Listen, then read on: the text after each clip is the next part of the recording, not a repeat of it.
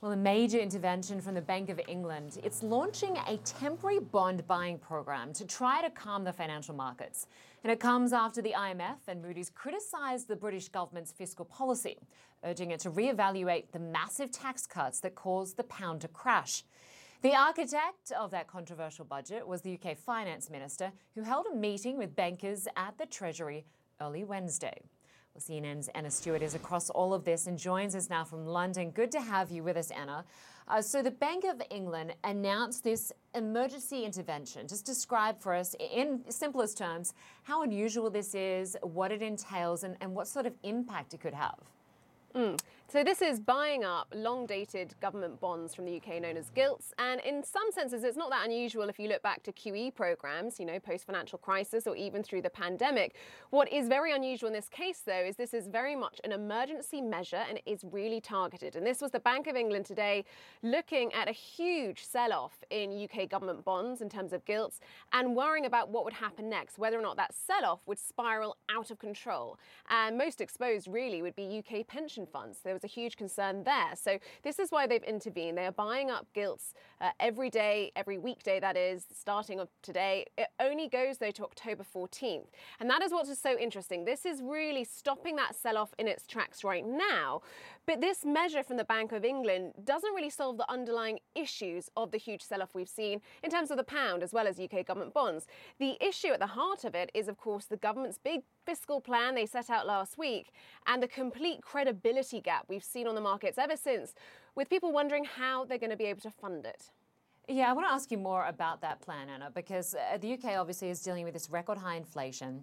The new UK government plans to slash taxes and to boost borrowing. What is the growth policy? Because the IMF is certainly raising concerns. And they're not alone. Honestly, I think we've had really a cacophony of criticism right across the board, from the IMF, stinging rebuke. They want the government to rethink their plans at their next sort of big meeting in November. A former deputy governor of the Bank of England said the UK government is guilty of, and I'll quote, really stupid decisions. Moody's, the credit rating agency, worries about permanent damage that could be caused here in terms of debt affordability for the UK because of the huge crash in investor confidence at this stage. So that is the criticism of the huge tax cut and big spending policies. And the fear is, of course, that the Bank of England at this stage, particularly if this is more inflationary, look at the weak pound, that makes imports more expensive. The Bank of England may have to raise rates even higher than they had already planned. We've already had 7 rate hikes. There was some fear they might intervene as early as this week and introduce a one-off big hike for everyone, which means that the UK government's plan to make people feel better off with tax cuts and to freeze their energy bills, well, many of those benefits would be absolutely wiped out, because you're looking at people potentially with inflation seeing their salaries actually reduce in real terms, and perhaps with higher interest rates finding their mortgage completely unaffordable.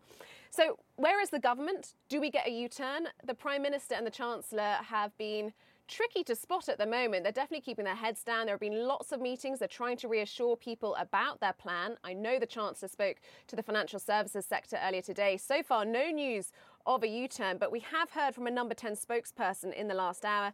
They've said the Prime Minister and the Chancellor are working on the supply side reforms needed to grow the economy, which will be announced in the coming weeks. I would be amazed if they don't feel forced, actually, to announce something sooner than that. Lynda? Yeah, it certainly sounds like they're going to have to rethink this. Anna Stewart for us in London. Thanks so much.